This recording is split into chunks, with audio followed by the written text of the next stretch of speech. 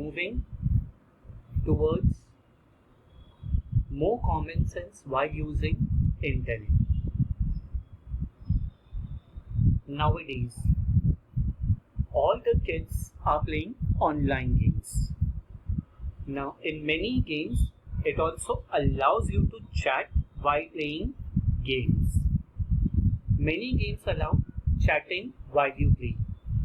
Many sites allow gambling to take place using credit cards, money orders, and PayPal account. That means even with the help of online, we are able to gamble by using money.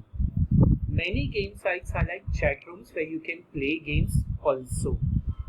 Now, whenever we are chatting with an online friend, we are just playing a game. While playing the game, there are chances sometimes they may ask us about the personal information. So it's better we shouldn't be revealing any of our personal or private information to any of the person. This is just an example where you create a free account, new user. If I require to create a new account, this is a fake website. There is a gaming website that is created just in order to attract the user and gain maximum information from the user.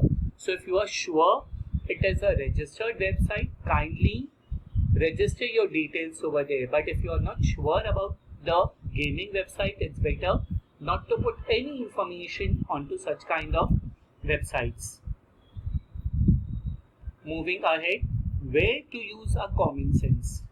Web pages. Whenever we are accessing the websites, we should know which page we are referring. Whether the page is authored or sponsored by the site. Remember, you don't have to be a business to make a web page. Many criminals copy legitimate sites and post them as the original. That means there are many cyber crimes which are created in which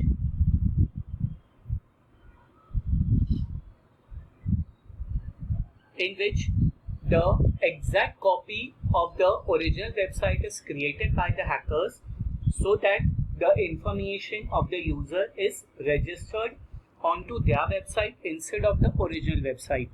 If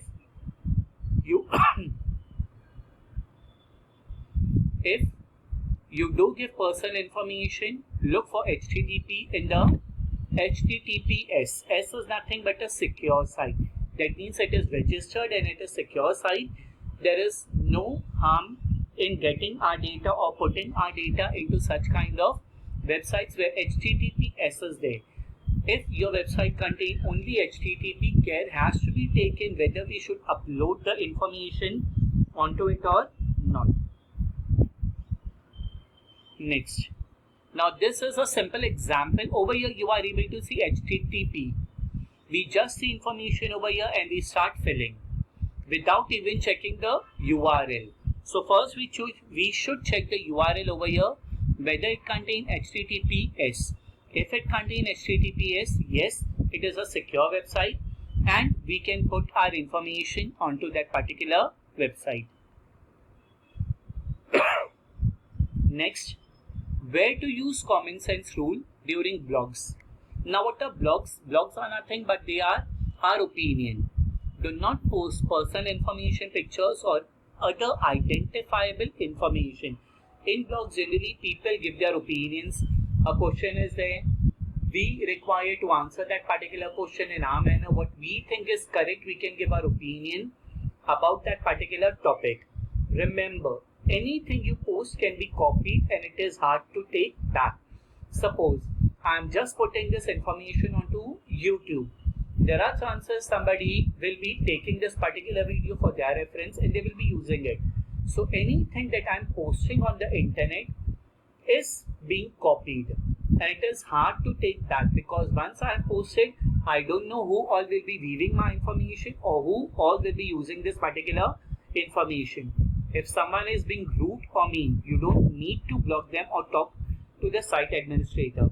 That means if somebody is talking with us online and yes, they are very rude to us. If they are very rude to us, it's better we should talk to the site administrator to block such kind of users. So these are some of the common sense which we must use while using internet. If we are considering all this common sense rule, to some extent we might be saving ourselves from the internet or from cyber safety or cyber crime.